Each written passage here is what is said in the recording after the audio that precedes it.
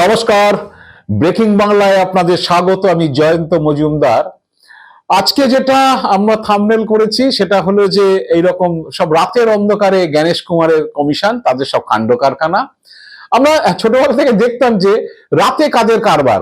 আমরা বলতাম যে রাতে হচ্ছে চোর চামাররা বেরোয়, চোররা চুরি করতে বেরোয়। আর কোনো ভদ্রলোক তো রাতে কোনো সেসব কিছু করে না। তো এরকম চুরি করার মনোবৃত্তি যদি থাকে তারাই সমস্ত হচ্ছে রাতে কাণ্ড কারখানা ঘটায়। তো সেটা নিয়ে আজকের আমার প্রতিবেদন। তো প্রতিবেদনের শুরুর আগে আপনাদের একটু বলি যে আপনারা অনেকে আমার ভিডিও দেখছেন, ভালো লাগছে, ভালো ভালো কমেন্ট করছেন, লাইক করছেন। তো আপনাদের কাছে অনুরোধ, আপনারা চ্যানেলটিকে সাবস্ক্রাইব করুন। আমার চ্যানেলকে সাবস্ক্রাইব করার জন্য কোনো পয়সা খরচ হয় না। এবং হচ্ছে বেল আইকনটি প্রেস করুন এবং অল অপশনটি বাটনটাতে চিপুন, যাতে সমস্ত ভিডিও আপনারা পেতে পারেন। তো এই অনুরোধ আপনাদের কাছে রইল। তো আসছি যে এরকম রাতের অন্ধকারে জ্ঞানেশ কুমারের কাণ্ড কারখানাগুলো দেখুন, মানে তার কমিশন। যে সোমবার দিন সাপ্লিমেন্টারি লিস্ট এসআইআর এর প্রকাশিত হওয়ার কথা ছিল, ঠিক হয়েছিল বিকেল 4টের সময় বেরোবে। তো সেটা গড়াতে গড়াতে গড়াতে গড়াতে রাত 12টায়, মানে যখন মানুষ ঘুমিয়ে টুমিয়ে পড়েছে, সেই সময় হচ্ছে সাপ্লিমেন্টারি লিস্ট বেরোচ্ছে।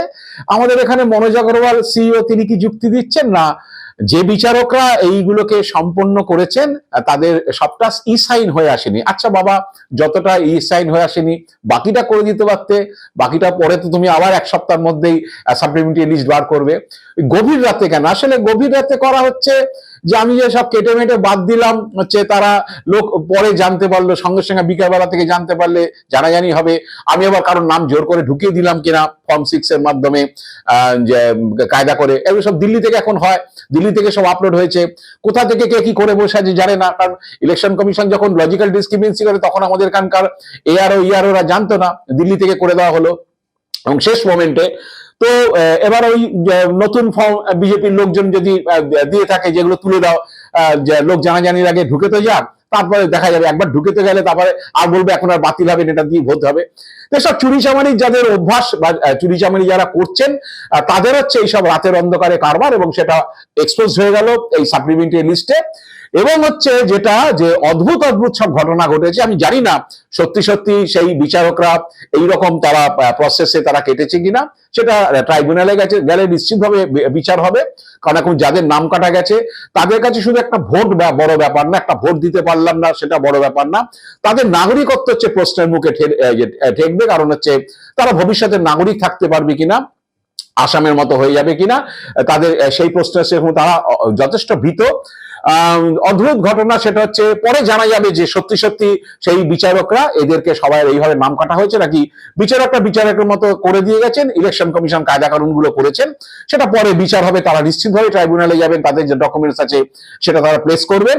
যেটা দেখা যাচ্ছে যে বসিরহাট উত্তরে 5 নম্বর বুথে যেটা জানা গেল, বসিরহাট উত্তরে 5 নম্বর বুথে এই সাপ্লিমেন্টারি লিস্ট বেরোনোর পরে 340 জন ভোটার হচ্ছে তারা বিচারাধীন ছিলেন বা বিবেচনাধীন ছিলেন। 340 জনই হচ্ছে ডিলিটেড হয়ে গেছে, ইনক্লুডিং বিএলও, মানে সেই বুথের হচ্ছে বিএলওর নাম হচ্ছে ডিলিটেড হয়ে গেছে।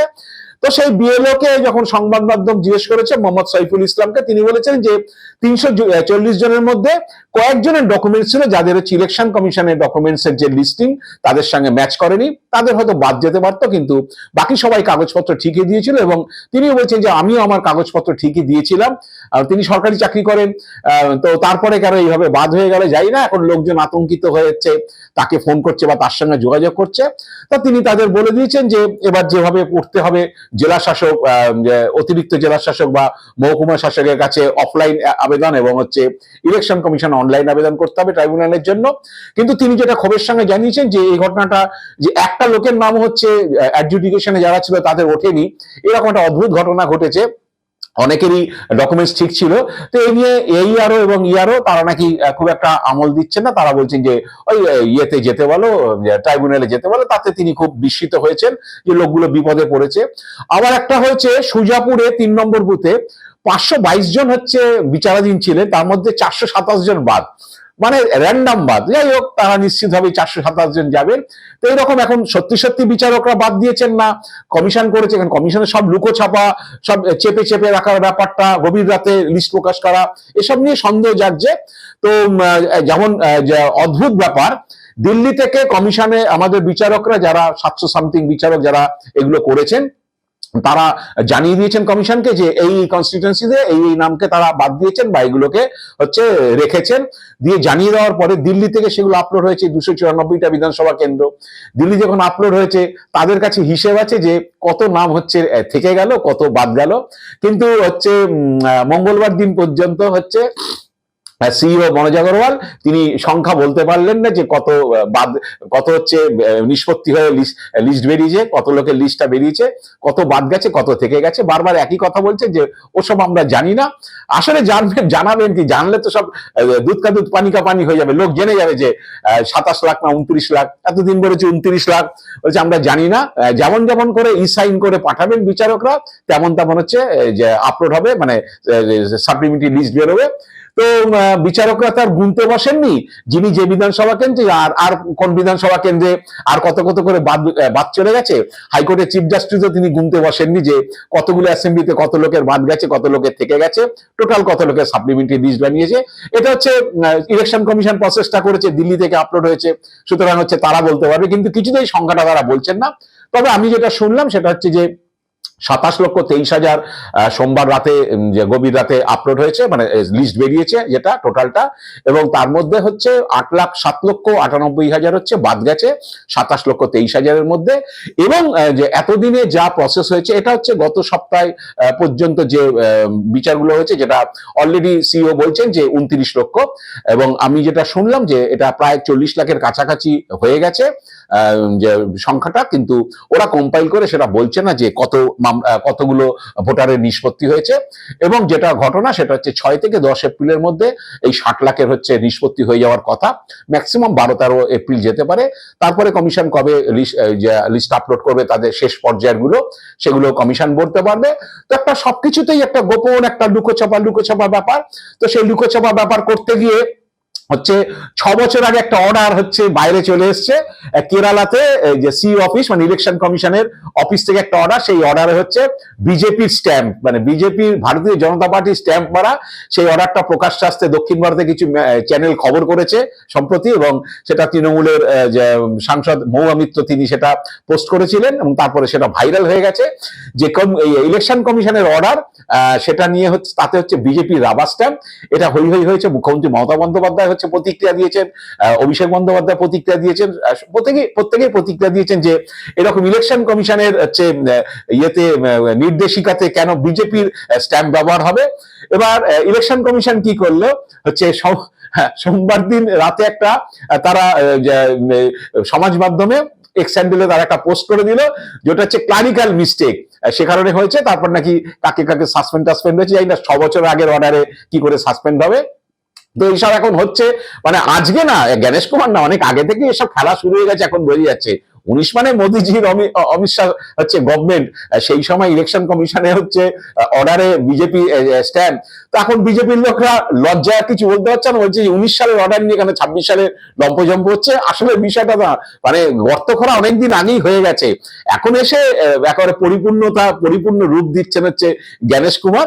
তো এইটা নিয়ে মহা মুশকিল। এখন প্রশ্ন হচ্ছে যে বিজেপির রাবার স্ট্যাম্প ইলেকশন কমিশন অফিসে যাবে কেন, যদি ক্লারিক্যাল মিস্টেকই হয়ে থাকে।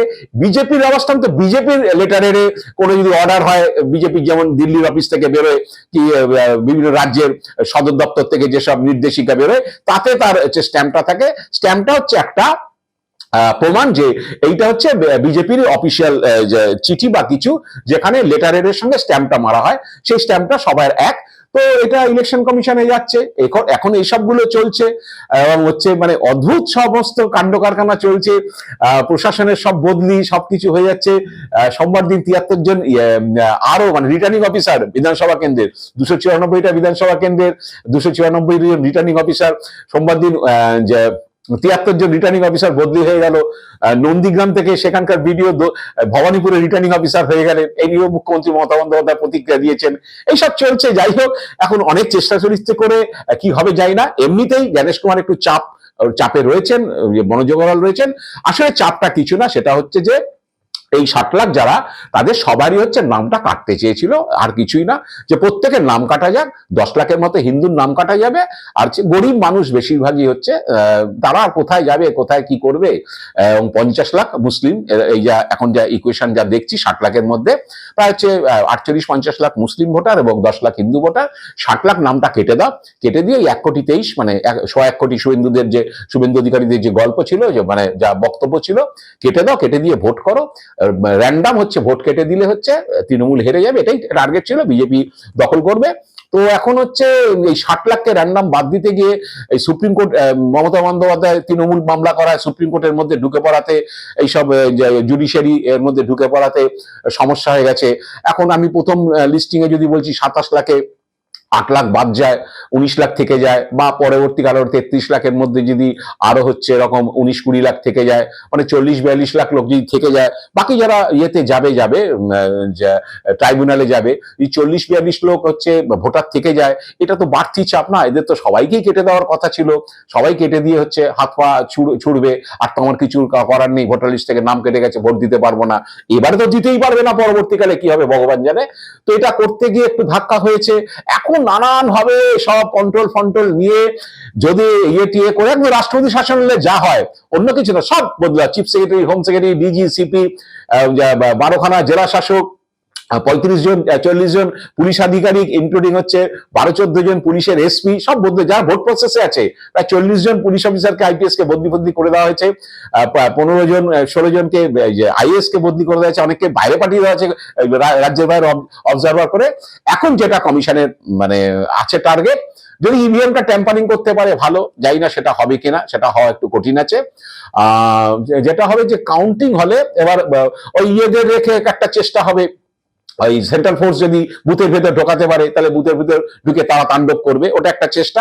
শেষ চেষ্টা হবে গণনা কেন্দ্রে যার প্রার্থী জিতেছে 4000 ভোটে, আমি সেই প্রার্থীকে, জয়ী প্রার্থীকে হচ্ছে তার সার্টিফিকেট আমি ইস্যু করলাম না, তারপরে হচ্ছে সেই জয়ী প্রার্থীর যারা এজেন্ট তাদেরকে আমি সেন্ট্রাল ফোর্স দিয়ে বার করে দিলাম, যারা প্রচন্ড অশান্তি করছে বলে।